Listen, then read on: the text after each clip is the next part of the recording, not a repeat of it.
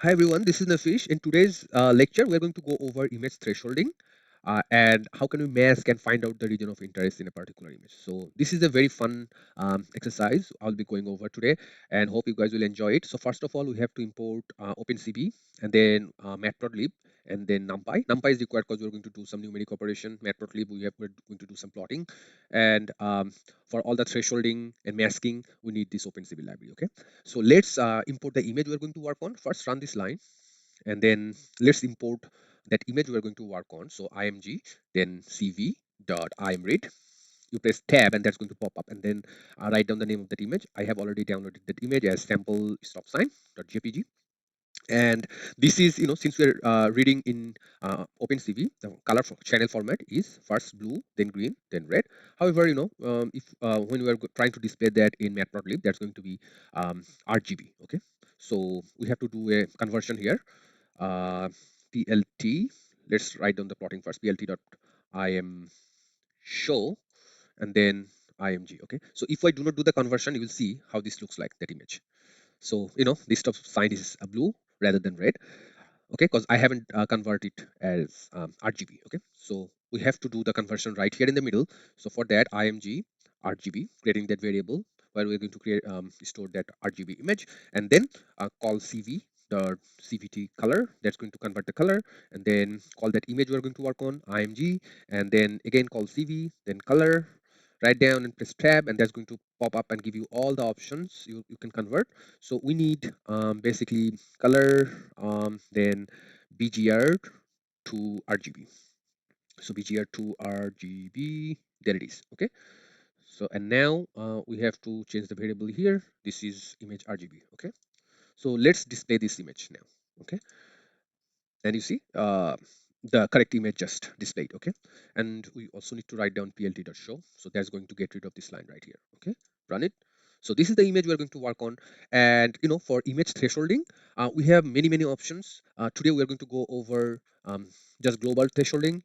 This is kind of, you are just put a threshold and the image is going to um, work on that. This is not an adaptive thresholding. We are going to talk about adaptive thresholding in later sections. Okay, so first thing first, we have to see the size of that image. Okay, so we have RGB right here, and then we will find out the shape. So shape of that image is 510 rows, 560 columns, and 3 channels, red, green, and blue. Right now, to convert that into gray, what we'll do is like create a variable img and then gray, and then we have to call opencv cv dot then cvt color, and then the variable we're going to work on, that is img rgb, and then cv dot color, and then rgb to gray. I think I see it right there. Okay, and then let's visualize this as well. So plt dot plot im show. Okay, and then the variable is img gray, right there. And we have to mention the color mapping. So cmap is gray. Okay, so let's visualize this. So this is the picture we have gotten. Okay, so the reason why we are converting this colorful image into gray image before the thresholding, the reason is, I'm just going to show you what is the reason. So let's find out. So the shape, so img gray, and then find out the shape. So you see, there is no more color channel here. So it's 510 rows, 560 columns, and only thing we have is pixel intensity. So pixel intensity, and this is kind of, it can go from 0 to 255 because this is unsigned 8, and 0 is black, okay, and 255 is the purest white. Okay, and when you go the values from 0 to 255, when you go and go on, it's going to be less black and more into white. Okay, I think this is something we need to understand. Okay, 0 is pure black, 255 is pure white, and if you start the journey from 0 to 255, the color will be changed, but it's still going to be either black or white, but with different shades, right? So this is the so we do not have any color channel anymore. Okay, so now we can do the thresholding here. um, there are several options to do the thresholding. Okay, we have to apply the threshold on a gray image. And why do we need to apply the thresholding? For example, we have this image and we want to find out only this stop sign here. Okay, anything else in this image is irrelevant to our work. Okay, so for any pre-processing work we need to do the thresholding. It will help you to find out the contour, okay, of an image. So if we do the thresholding, you will see we will just pick out this portion of this image which is relevant to us. Okay, so let's do that thresholding. Start the thresholding. So let's say img and then binary. So first threshold I'm going to apply, that is going to be the binary thresholding. Just going to explain it right now. But the way we are going to call it is CV, then press th threshold, press tab, it will just autocomplete, and then the image we are going to apply the threshold on, that is image gray right here. And then uh, the threshold value, so let's say the threshold value is 150 and then the max value is 255. Okay, and then what kind of threshold I'm going to apply? There are many options as I mentioned. So write down CV, then caps thresh, press tab. You will see all the options popping up right here. I'm just going to work on the threshold binary right here. Okay, so what this is going to do? Just going to do some explanation here. Okay, so we have picked the threshold 150. So what this is going to do is, like, if the value of the pixel, so pixel greater than this number 150, then the pixel value will be 255, the max value, or else uh, it's going to be 0. Okay, so there will be only, so that's why this is called binary thresholding, because there is only two value possible, either 255, which is turn on or true, and then 0, which is black, or we sometimes call it, false for the logical operation. But this is how the thresholding is going to work. Now, why I have picked out 150, I don't know, this is something I just picked out. But usually the way we should work on this, let me show you that, is we'll do a histogram of this image. So plt dot hist. Okay, for any thresholding we need to figure out the histogram first, and then put the image through it, and there will be 256 bins, and um, we will have 0 to 256. Okay, so the resolution is 1. Okay, and it's going to 256 because it's the bin size is 02.99. Okay, so let's hit run here, this portion. Okay, and this is still running. We'll see what's going on. Oh, okay, one thing I haven't done here is we have to ravel this, because this is a um, multi-dimensional, two-dimensional array, right? Matrix. So we have to ravel it, so that is going to flatten out. Okay, so just put ravel here, and I think this is taking too much time, so we'll just do is like restart the kernel. Okay, restart it. Okay, and then run from the beginning, run everything. Okay, now we have gotten this, and it's trying to go over this guy here.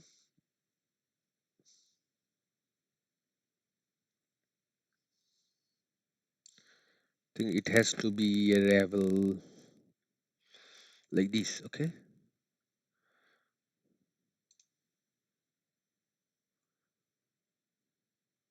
okay, I think I have gotten everything, but just don't want to show this number. So plt.show, and so now we have gotten that image. So y label, y-axis is the frequency, and axis is like we have the numbers, the pixel values from 0 to 55. Okay, So here you can see, like, you can basically from these values you can see like where the maximum number of frequencies located, and how can you trim out some of the portion of this image. Okay, so you see the axis 0 to 250 right here.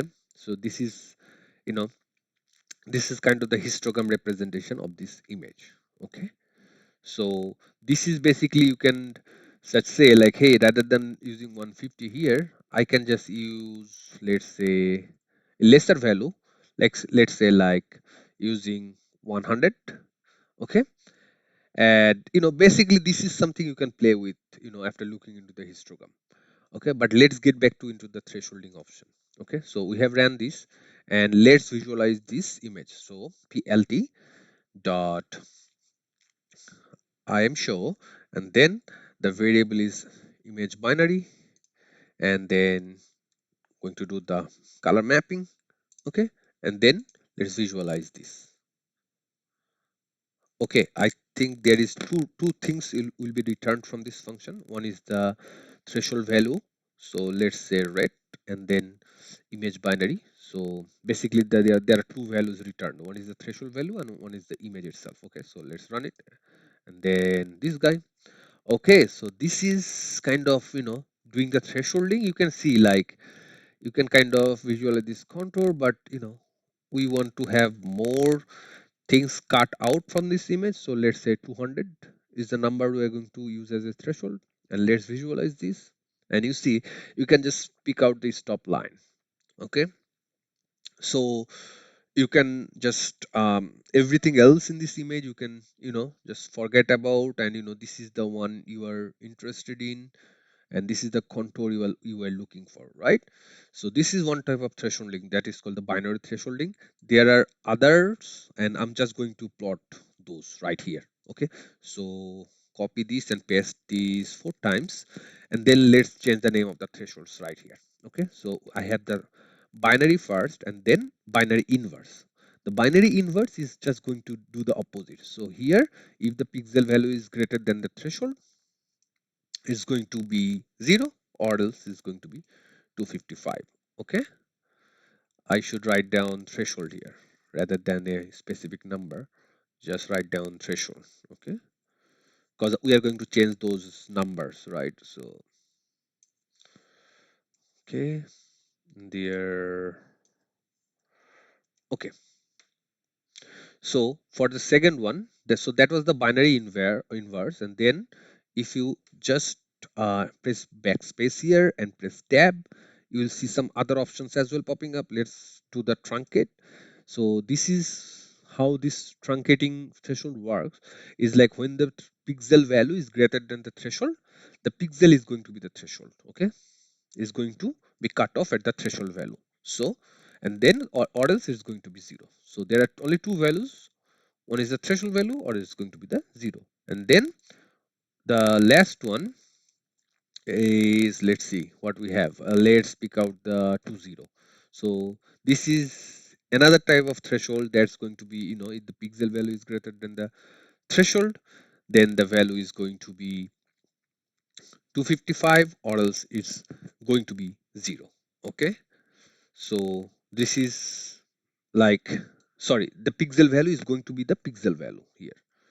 So if the if a certain pixel value is greater than the threshold, it will just remain as it is, or else it's going to be the 0. Okay, so there are many others. I'm just not going to go over all of those, but let's change the name here as well. So the first one is the binary, and then we have inv, which is the inverse, and the second one is the trunk, and then we have the lastly this one. Let's remove the binary thing from here, and then the last one is 20, right? So 2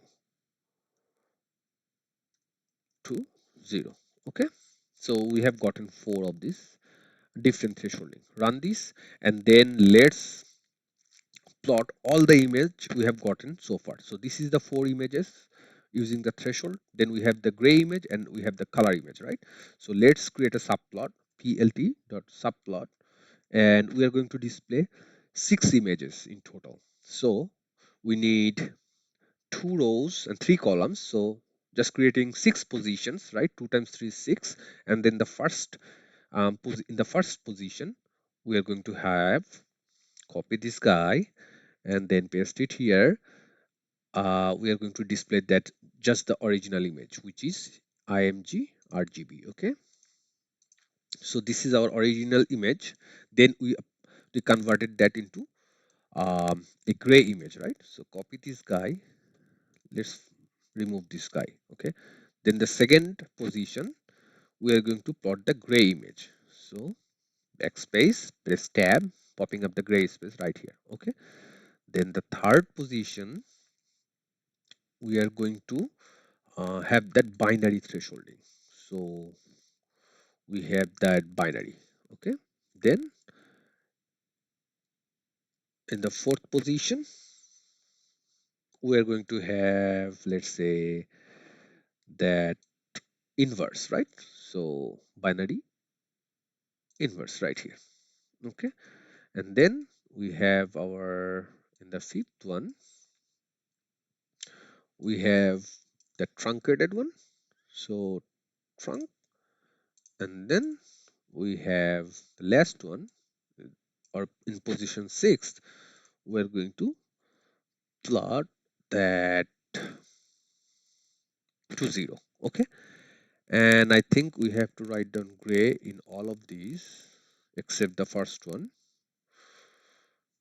gray, and then here say gray, then here say gray again, and the last one is this guy, so gray.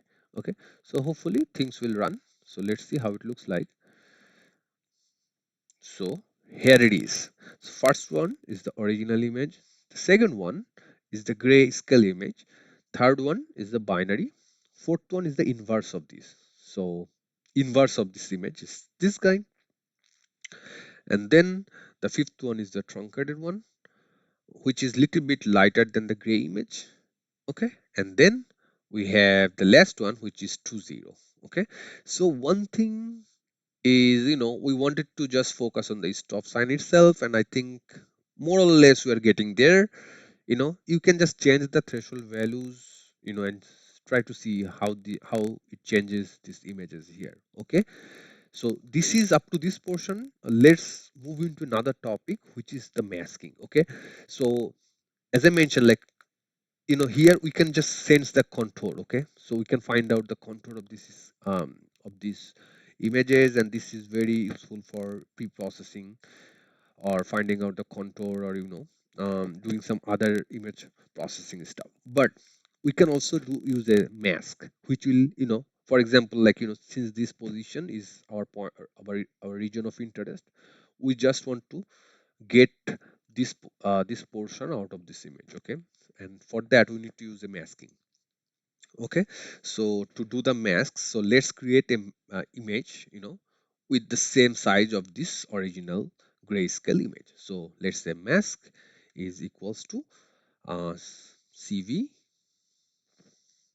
Okay, let's call np, and then we have zeros. Okay, so creating all zero values, okay, at the beginning. Okay, so with the shape of the image itself, because we want to have the same size, right? So img, then gray, and then shape.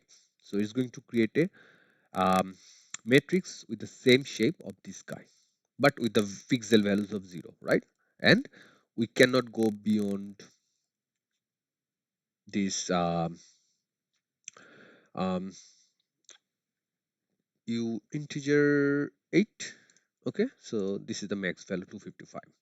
Okay, so let's run the mask, and then since we just want this position here, right?